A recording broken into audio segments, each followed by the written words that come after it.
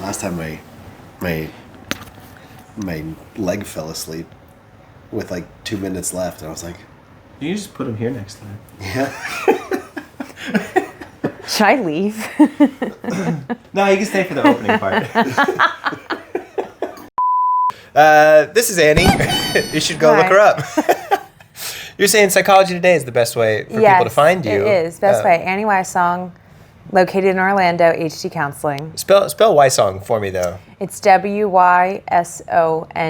Okay, that's how I would think it was spelled. Yeah. That's good. Yeah. But Annie joins us because works in the same building, so we bump into each other when we are Exhausted. both stressed and exhausted. And then we ask that question, how are you? Not good. And then we're like, great, I'll see you next hour. But Annie specializes in working a lot with athletes, like very high performance, like I would say not just athletes, but anyone in like a high performance, like really competitive type of environment. Yeah. And you are in the hypnotherapy course, newer to it, but still familiar with that language. But you've already kind of been in this mindset because you help people with their flow state, with, blocking out all of that noise so they can concentrate and perform very effectively at what they're trying to perform. So if that's you, if you're looking for someone who specializes in sports psychology or like competing at a really high level of proficiency, Annie's your girl. Yes. But with that come the panic attacks. Yes. And we're going to get into your dream here in a minute, but Yeah. Zach, you've got a story to share with us. Yeah. And I have a special affection for Annie, too, because we connect on a couple of things, but mostly being collegiate athletes. You played soccer. Mm-hmm. Yes, I did. For a very long... Yeah. Backstory. I had been playing since I was young. I'm the oldest of 7 kids, so I kind of trailblazed that path for a lot of my siblings.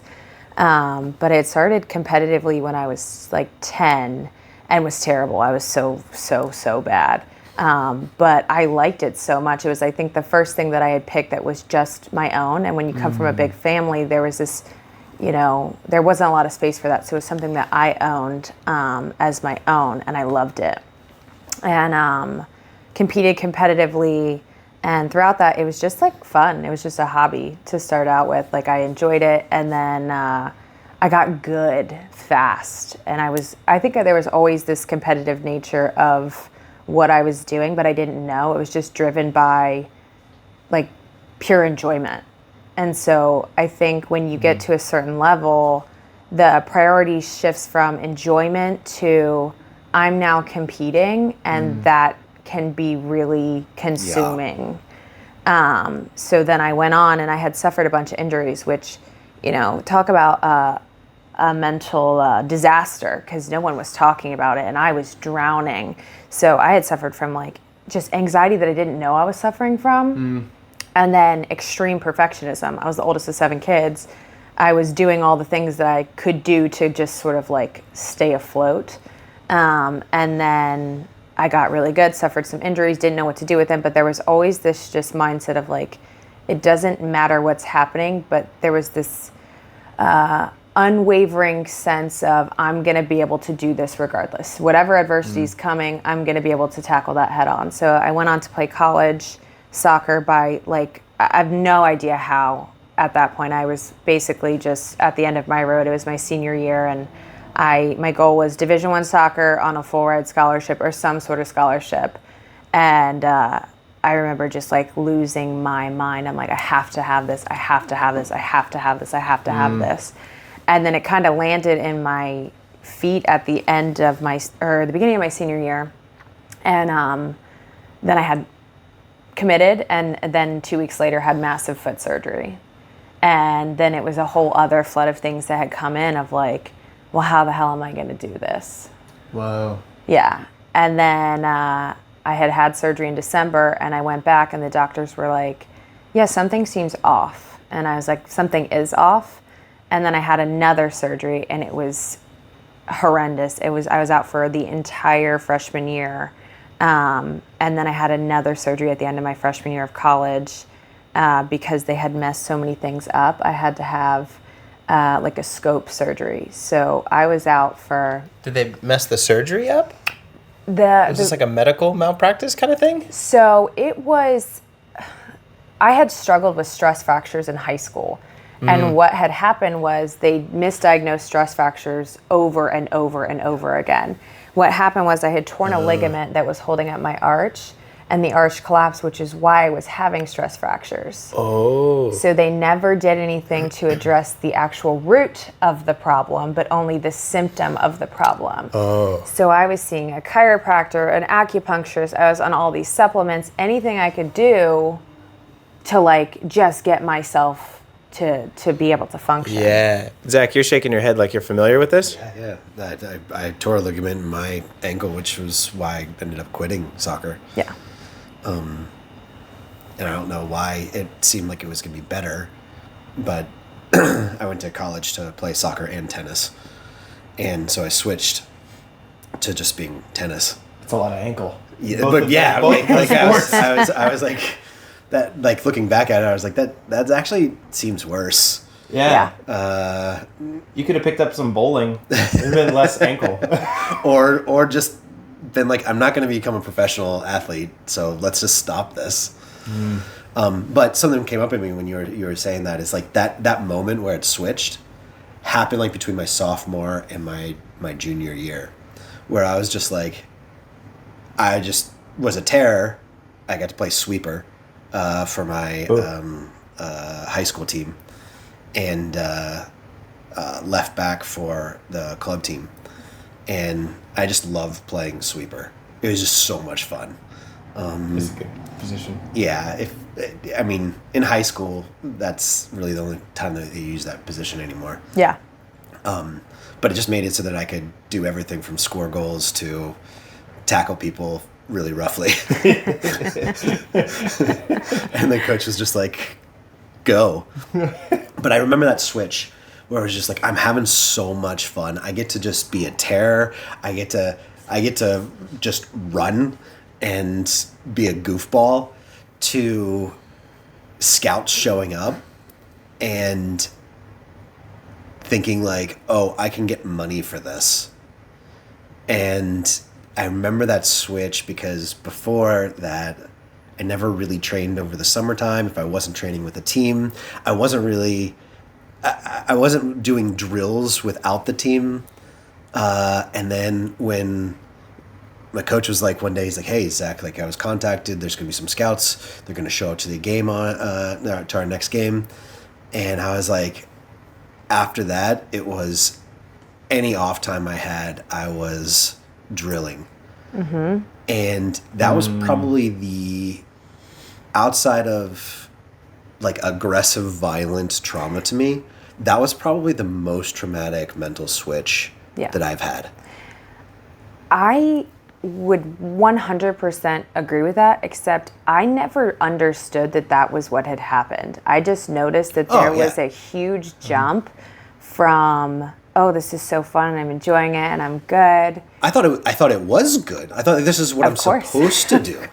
Like I gotta make my mental fitness like match my physical fitness. Like this is the prize for competition. Like I was like, yeah.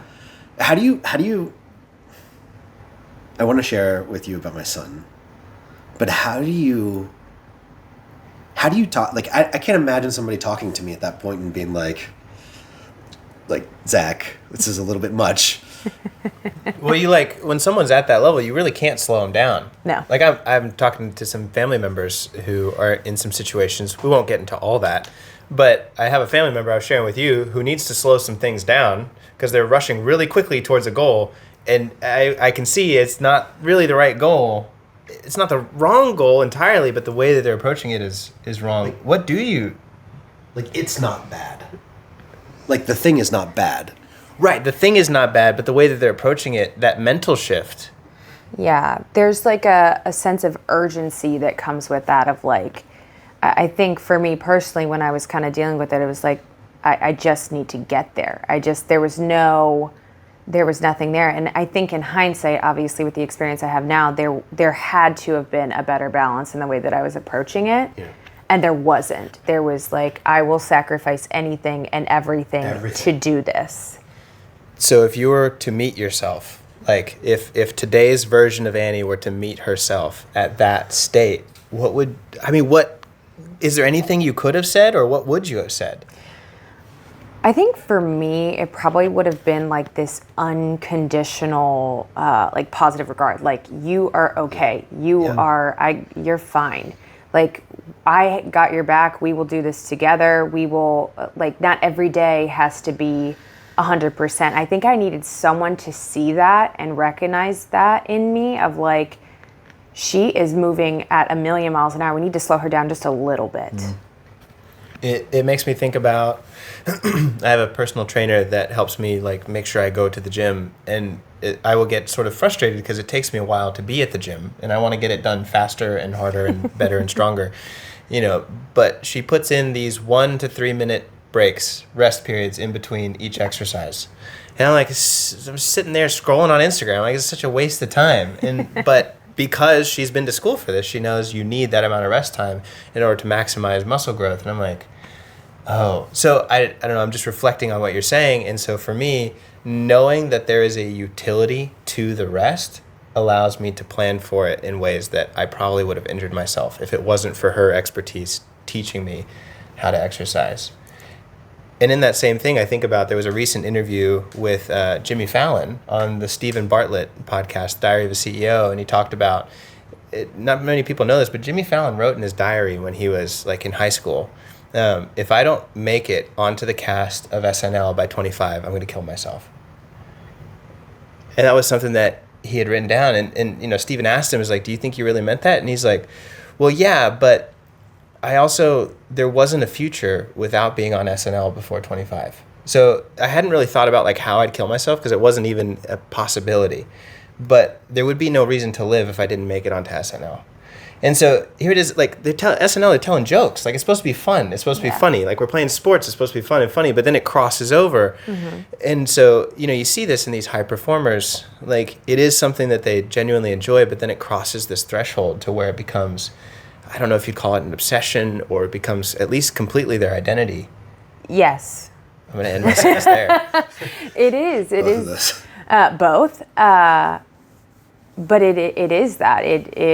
Everything that you do beyond that. And first off, you can't see anything beyond that. So I work with like athletes right now, whether that's post-college or going into college. And I sometimes I giggle when I work with them, because I'm like, I've been here. I know what this is. I know what your mindset is doing. And they have no ability to see beyond what's right in front of them.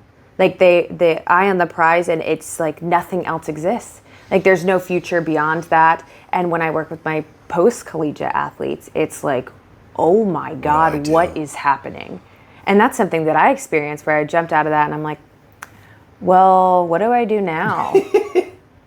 So you became a therapist? Yeah, I became a therapist. Yeah, because I had noticed. Wrong choice. Yeah, I noticed that everybody around me was also thinking the same thing. I was like, okay, not only was the experience disastrous because nobody's expectations were met, but everybody after was like, so it's just over like that? Like, you work 20 plus years to do it, and you play your last game, and it's just like, that's it. And it is like, there is nothing after that. No. Like, especially from that mindset, there's absolutely nothing. Yeah. Because it doesn't translate. This is where you get Uncle Tony at Thanksgiving dinner. I could have gone pro, but I didn't. I threw my rotator cuff. It makes me think of what's the uncle from Napoleon Dynamite, right? Rico. Yeah. Makes me think of Rico. It's like, Rico's a real thing, man. Because you go through college, you're like, I could have gone pro, because you don't. Who am I without this sport? I think you have something to tell us about your son. Yeah, because this is a perfect transition. So context is two things. He's an incredibly sensitive kid. He's awesome. His 3 parents. His mom is a social worker. His stepmom is a therapist, and his dad is a therapist. This kid was getting trained on and given the language of the difference between comfortable emotions and uncomfortable emotions and not calling them good or bad emotions, and comes home from school telling me that, Papa, did you know that other kids at school don't know what, and insert whatever complex emotion it is. They don't know what it is. I had to explain anxiety to somebody in first grade. Oh, bless him. Yeah.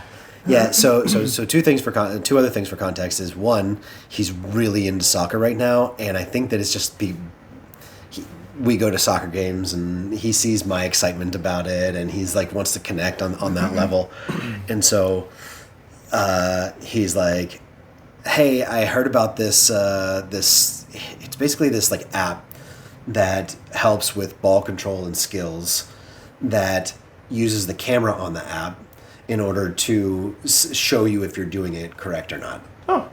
And so you put it on the ground, on a tablet, your phone, something along those lines, and then it's like, do this foundational skill and do this. And he's just like, Papa, I want to be the best player in my soccer team. He's 6. Ooh.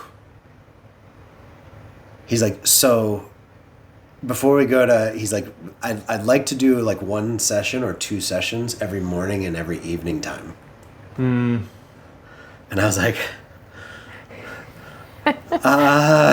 Explain to me why what's coming up for me is like, yeah, that sounds great. Like, and I know there's got to be like a little bit of a balance. Like it's promoting longevity more so than just that immediate growth.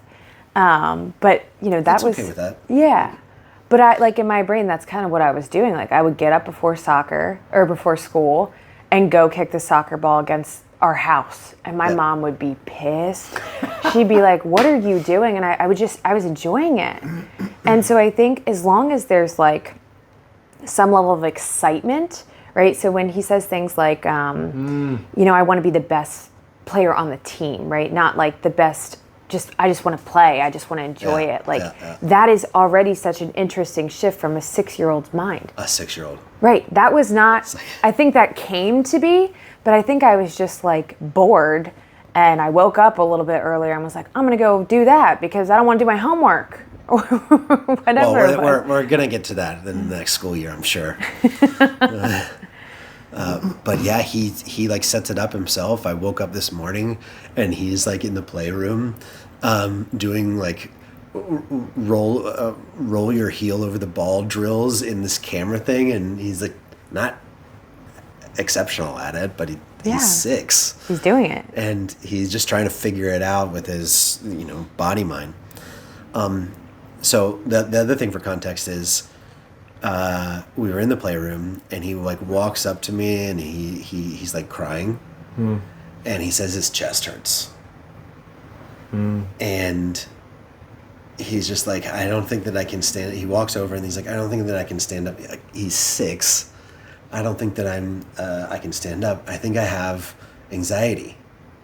And he's holding his hand like this on his chest. And I was like, what's going on, bud? And he says that he watched a video of, I couldn't find it, but he watched a video because he loves watching like soccer videos, and he just sits there on YouTube and just like watches skills stuff. And there's one situation where an owl flew onto a pitch and a player kicked it. I don't know if it was on purpose or not. But the player kicked the owl, and the owl died. And he walks over to me, and he's just like, that is cruel. And he's crying, and he lays down.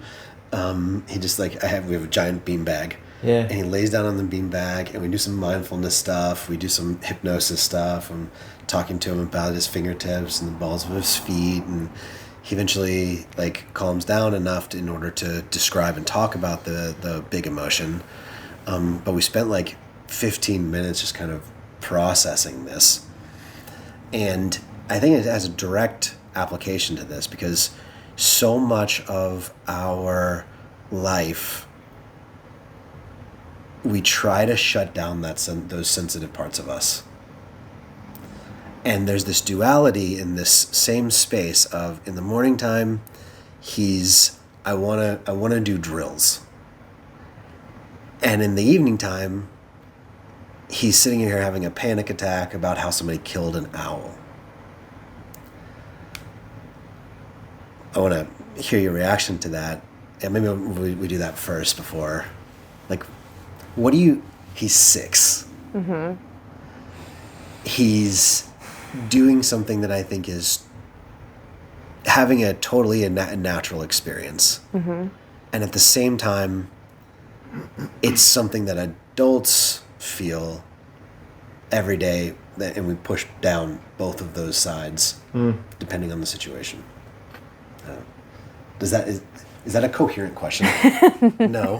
No. Can you reframe it for me? No.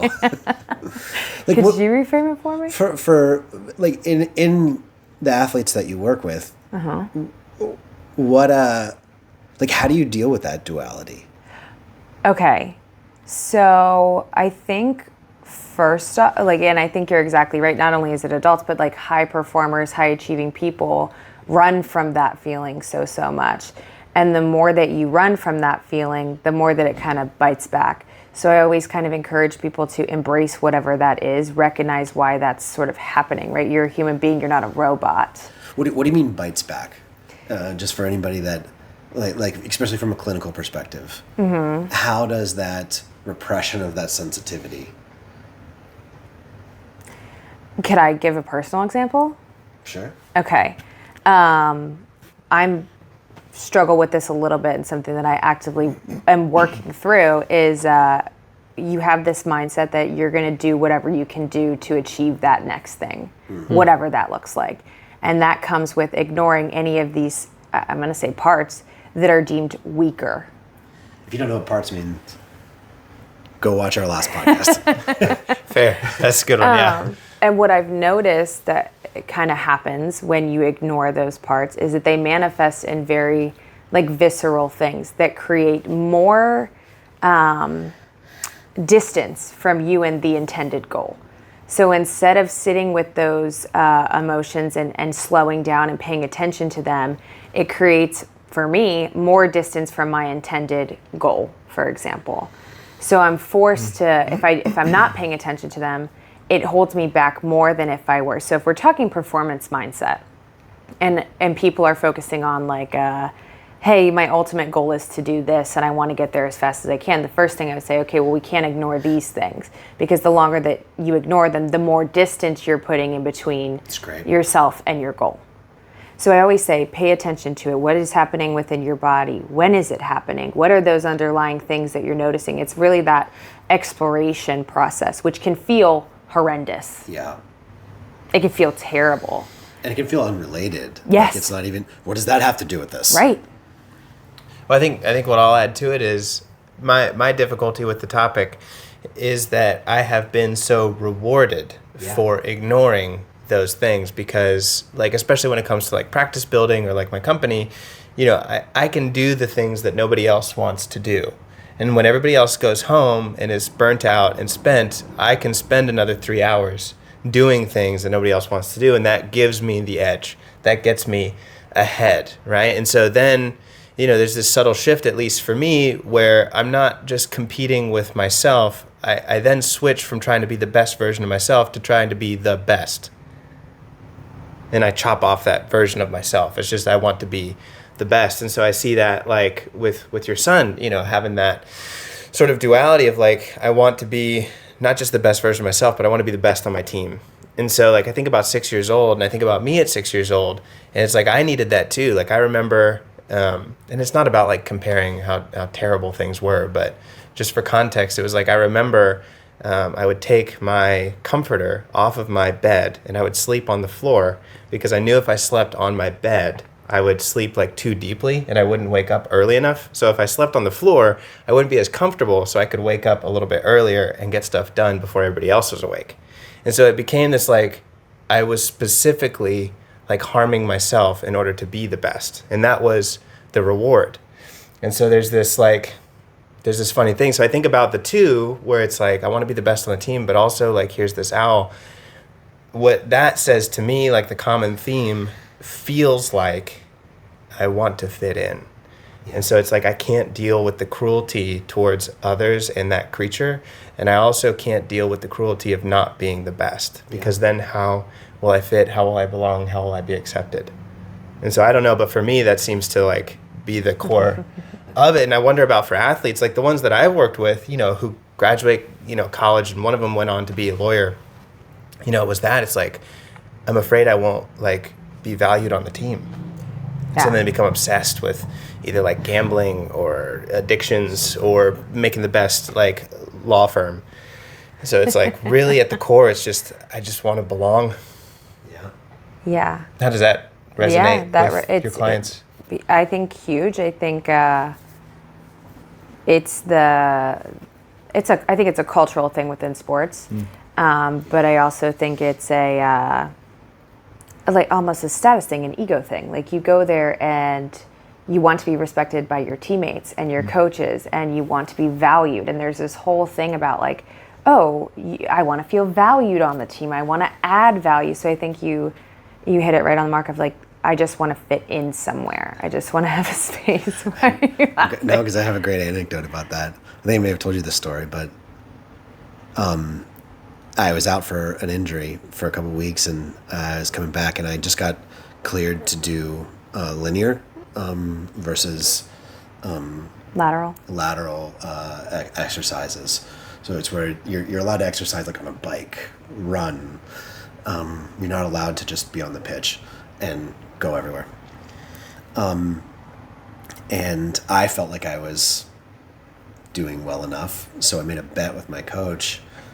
If I could run a marathon, then he would let me do the lateral exercises. So I literally during started when everybody else started, and then continued running until I ran a marathon around the track, which was probably the most boring thing that I have ever done in my life. I ran a marathon and told the coach, and he was there, saw it. Was said, I don't know what to do with you, Zach. But that's such a testament to that mindset of just like, I need to be a part of the team. Yeah. I need to. I don't care what you say. Like, I need to. I will put my body, my emotions, whatever it is, on a back burner.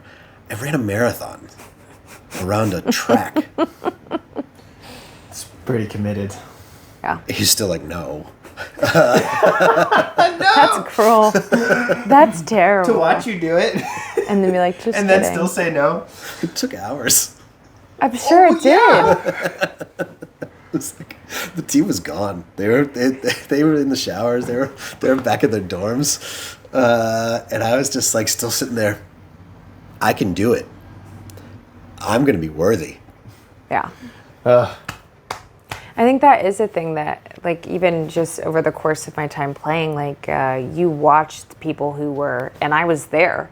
I had been there and then back in, and even the division of players who are playing and not playing, there was like this deep sense, whether that manifested in like frustration or resentment towards other players. It was this really interesting dynamic that was happening that I was consistently watching and going through. I'm like, I'm doing this, you're all doing this, I feel this way, which probably means that we're somewhat on the same pulse of what's happening. And, just the athletes that couldn't play, just what it did to them. Well, to add to this, maybe explain for everybody this dynamic is, I was a freshman starter at a small school that I was way better at the sport, the technical side of things, than the seniors. Yeah. So I was the only freshman that was starting. Mm-hmm. Yeah. That creates a lot of stuff. You probably were not liked in a lot of places. I mean, I was a shithead too. I think for girls, it's even different. Like the competition level, like there was, and obviously I'm not a guy, so I can't say for sure, but women tend to be, and I shouldn't say this is a blanket statement, but there's a sensitivity that goes around that of like, it's jealousy, it's inadequacy, it's you're coming in and you're doing that, or how are you going to displace me? There's all the things that you say to yourself to make that feel easier. And so I think what we saw a lot of times, we had a freshman on my team and she was stellar. She was such a stud. She was so good. And people were pissed that she was so good. And I remember being a little pissed that she was so good, because I'm like, what did you do and what did I miss in here? And our coaches drew comparisons between us. And I remember my mind just going like, I need to do more, I need to do more, I need to do more. And as I got a little bit older, I kind of was just like, dude, she's such an asset. Why am I so upset about this? And I remember just being like, because that was the standard. The coach would say, this is the standard. Do you see what she did? Did you see what she did? Did you see this? Did you do that? And so that is like a common theme that I see almost in every athlete, is that comparison. Well, just going back to Jesse's comment, is there's this thing that happens inside of us where we're rewarded, for lack of better words, we're rewarded for the bad thoughts. Yeah. We're rewarded for the dysfunction. We're rewarded for, maybe it would have been, it was good that my coach still didn't let me play after that marathon. But normally we're rewarded for that. Yeah. I'll run a marathon and tear my body apart and probably not be as good tomorrow because I just ran a marathon to prove a point to you, and then I get an attaboy.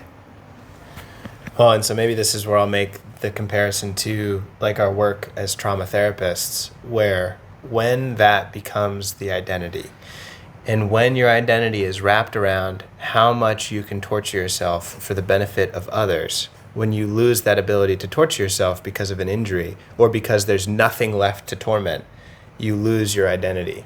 And it's a really broken identity to begin with, but it's definitely one that's followed me around for quite some time. And like, maybe we can get into another conversation about like, well, then are sports even good? Because we're just spending the last 45 minutes talking about how it just destroys the psyche. But like, you can see it, like back to our definition of what trauma is inside of trauma-focused hypnotherapy. It's a non-consensual ripping away of an identity. And so if I've grown up starting at 6 years old of I have to be the best, otherwise I'm not accepted and I have no value, and my best is specifically determined by how much I can torment myself in ways that other people can't tolerate. And then that identity is ripped away because I get an injury. Well, I should die because I already have. How do you help someone through that? I think it's a tough question. Yeah. I think it's a really tough question. I think it's a tough question because I think it's almost like that identity it's ripped away in the sense that you are no longer an athlete, but it's not ripped away in the sense that it isn't still present, right? So I'll find other creative ways to torture myself. Right. That's for sure. And I think that's, sort of hello. It doesn't just go away, but I think it's more so like something that I see is like, okay, there's no gold star at the end of the tunnel. Like there's no gold star for struggling, right? You put yourself through that and you feel worse than when you started. There's not that sense of, okay, this is amazing. And you have to pay attention to that because it's almost like autopilot. Yeah. I think to say what you're saying in different words and to ask if that makes sense, to ask if it connects, there's this false sense of if I just perform the best, I'll be safe from being an outcast. And that gold star doesn't exist. There's no amount of being the best that can make you safe. Yeah. And you have to reckon with that monster, with that dragon, one way or another. And if that happens during an injury that you have to face that monster, then it happens during an injury. If it happens at another time, it's going to happen then. But at some point, you're going to have to face that monster because you're living in a false reality of, I can be safe if I just am the best. And just to add to that, going right back to the 6-year-old, you know, like it's about safety, and it's about creating that safe space. And I think the goal is not to say, for me, where I am, sports has given me so much that just understanding what my limits are that I don't have, that I don't think that I would have gotten for my personality. I want my son to understand what his limits are, but I think it's my job to create the safety at home for him to say, I felt like I needed to push this away in order to be the best on the team so that they'll like me, but this is how I feel.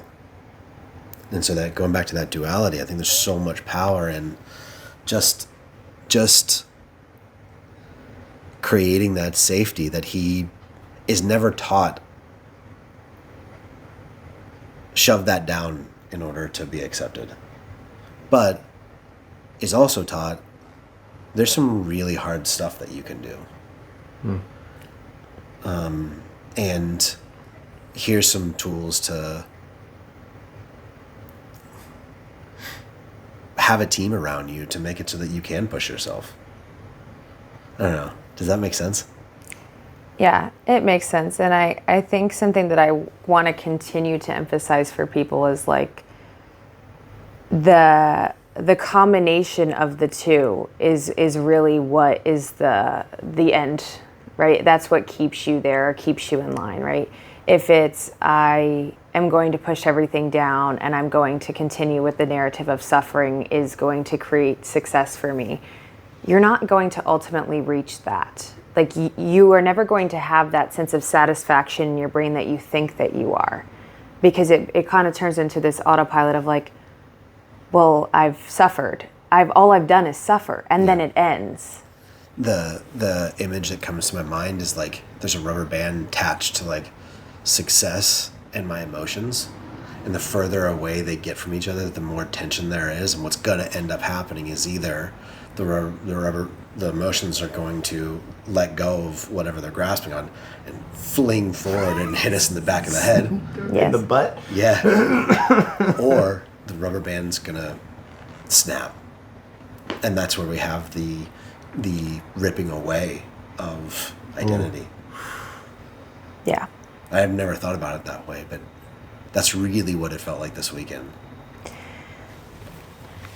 Yeah, I was gonna just to kind of emphasize, like I think more from a like advocacy standpoint too, of like this is just not talked about. Like this just the culture continues to be, especially in my experience in collegiate athletics, is like, you know, I remember training and it was like, we're just gonna keep running until you're gonna be sick, or you're just gonna keep doing what we tell you to do. We don't really care how you feel. You're just going to do this. So the setup is almost made for you to ignore that. And then when they start to notice that something might exist there, like, oh, I remember my coach came to me, he's like, you're a head case. And I remember being like, okay, what? Yeah, baby. Just acceptance. What does it mean to be a head case? Is that like a terminology thing?